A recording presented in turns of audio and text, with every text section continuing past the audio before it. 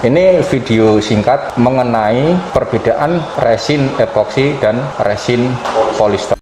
Oh ya, oke guys, kita bikin kontennya agak santai, duduk sambil menjelaskan resin epoksi dan resin polyester. Resin polyester itu resin yang memakai pengering katalis seperti ini. Yang mainnya itu ada yang pakai teknik tetes, ya pakai pengeringnya gitu. Tapi kalau resin epoksi biasanya itu dijualnya itu sepaket antara resin dan hardener.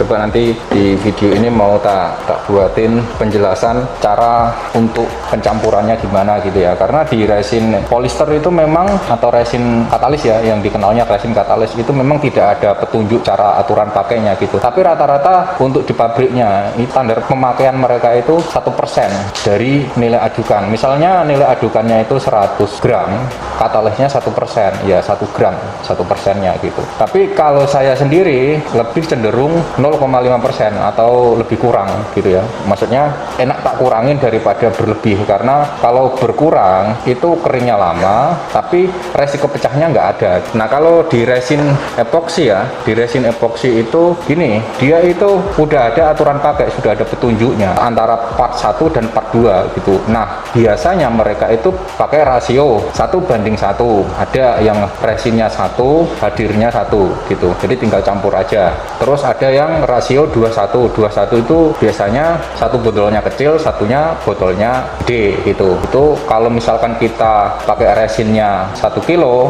hardinernya itu setengah kilo atau 500 gram. Nah ada yang 3:1, jadi kalau 3:1 ini biasanya slow cure atau keringnya agak lambat tuh. Tapi itu tidak bisa dirubah. Misalkan kalian beli epoksi resin merek A gitu ya, formasinya udah 2:1, terus kalian mau kurangi formasinya atau mau rubah formasinya, itu nggak bisa gitu. Beberapa merek epoksi yang dijual Indonesia itu sudah ada ketentuan pemakaian masing-masing, tidak sama memang, tapi cenderung kalau ada satu produk yang mengeluarkan 31 itu biasanya keringnya lama gitu. Memang ada produk yang dibuat keringnya lama, tergantung untuk kebutuhan masing-masing gitu ya. Terus ada juga yang keringnya itu sekitar 3 jam sampai 5 jam itu ada juga yang keringnya 1 jam, ada juga, tergantung kebutuhan kita masing-masing. Nah nanti saya cantumkan juga link-link toko atau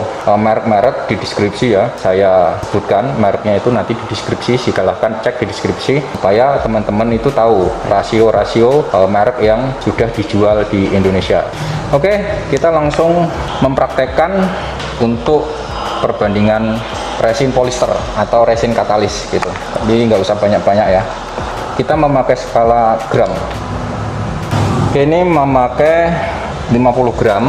Kalau teman-teman mau memakai perbandingan di katalisnya itu 1%, berarti 50 dikali 1% atau 0,5 gram. Kita kosongkan dulu, jadi seperti ini ya.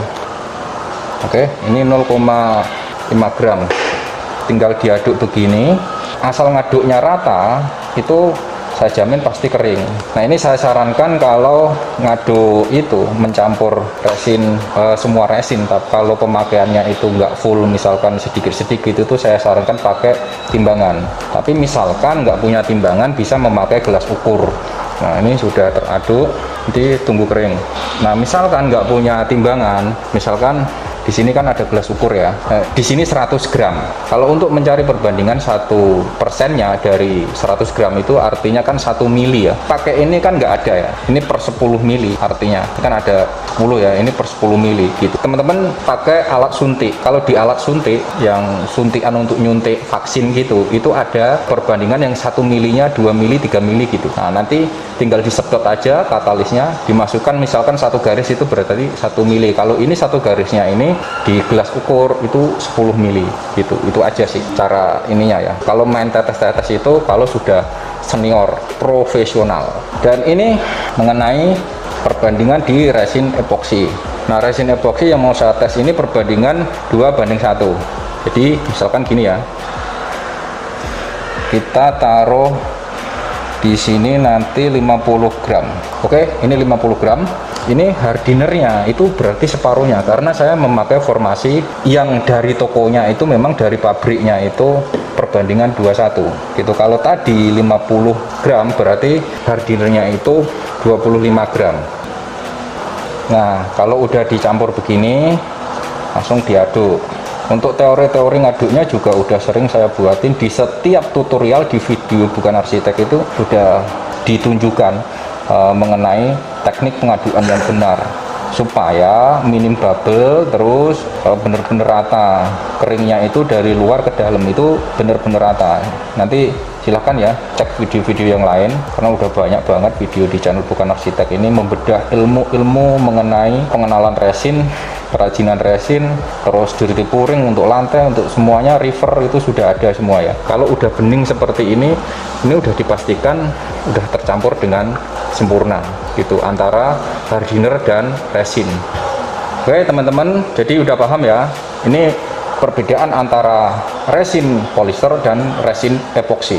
Atau banyak orang yang mengira ya, yang belum tahu resin, atau orang yang sebatas samar-samar tahu resin dari YouTube atau dari media manapun, taunya resin itu yang memakai pengering katalis. Sebenarnya di resin yang memakai pengering katalis itu atau resin polister itu banyak jenisnya. Ada yang butek, ada yang oranye, ada yang kemerah-merahan gitu, pokoknya banyak jenisnya, dan itu tergantung kebutuhannya masing-masing. Maksudnya diperuntukannya untuk apa? Karena kalau di resin bening itu cenderung kebutuhannya untuk yang membuat kerajinan-kerajinan bening, tapi kalau untuk yang jenis-jenis butek itu memang dia tidak bening, cuman ada kelebihannya, dia biasanya lebih keras daripada yang bening, dan itu biasanya kebutuhannya untuk membuat seperti bak mandi atau toilet atau kloset atau body kit dan sebagainya. Tapi kalau yang bening cenderung untuk membuat yang transparan. Begitu juga dengan resin epoksi. Resin epoksi juga ada yang nggak bening, tapi bukan berarti nggak bening itu harganya lebih murah, ada yang lebih mahal karena dia spesifik untuk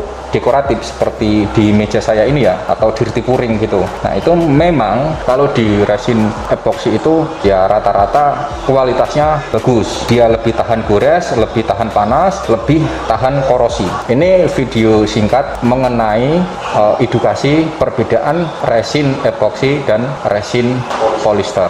Di resin epoksi juga banyak jenisnya, ada yang untuk lantai, untuk dinding, top table, untuk main bening-bening, ada yang selokur, ada yang kering ya. Selokur itu keringnya itu lambat. Misalkan selokur itu untuk ngecor meja yang tebel-tebel gitu, dia minta bening.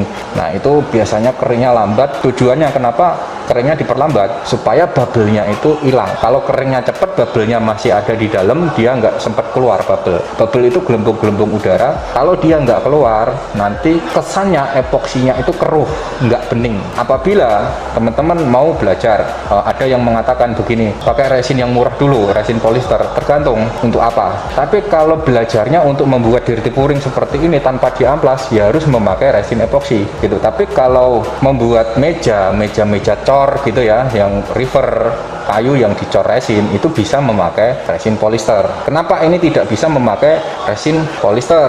Sebenarnya bisa, cuman resin polister itu kalau kering nggak bisa langsung rata seperti resin epoksi. Kalau resin epoksi, asalkan ruangan kita itu steril, nggak ada debu, nggak ada lalat, nggak ada nyamuk, ketika kita sudah tuang seperti ini, itu keringnya ya seperti ini. Walaupun pemula, kalau mau membuat meja seperti ini ya langsung pakai resin epoksi.